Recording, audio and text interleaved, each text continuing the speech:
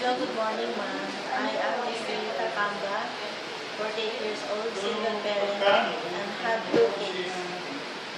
Do you have working experience in abroad? Yes, I have experience working in abroad in Jeddah, Saudi Arabia. How many hours do you work per day? 8 to 12 hours per day. What are your works or duties in your previous employer? I am a caregiver caring for an elderly bedridden patient with an Alzheimer's disease. What is the reason of leaving in your previous employer? My patient is already dead, so I am already exempt.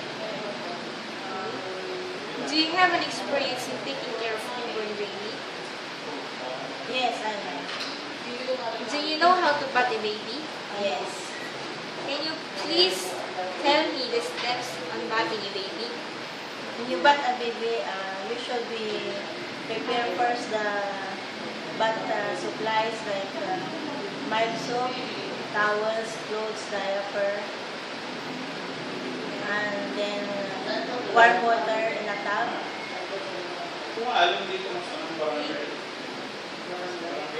And then give him bath. Then give her a bath with the baby. Do you have an experience in taking care of children? No. Children, no? No. Alright. Do you have an experience in taking care of an old people? Yes. Is she a bedridden?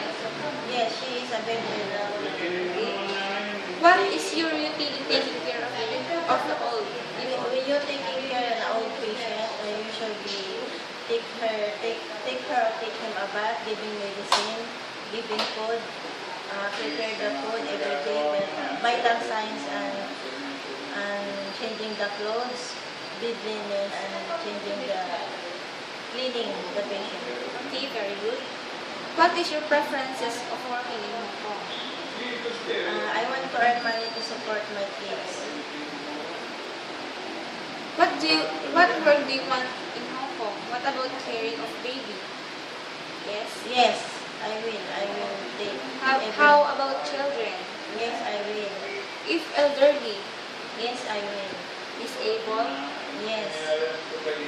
what about cleaning the house, cooking, laundry, and ironing? Yes, I will. Very good.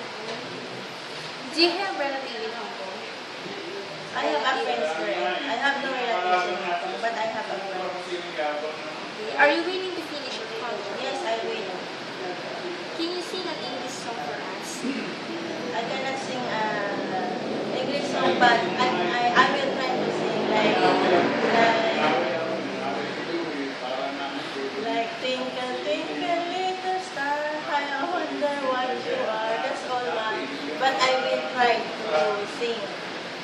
So What is your message to your employer? I am a good housemate or an applicant. I will do my duties and I will work hard so that you can trust me. That's all. Thank you very much.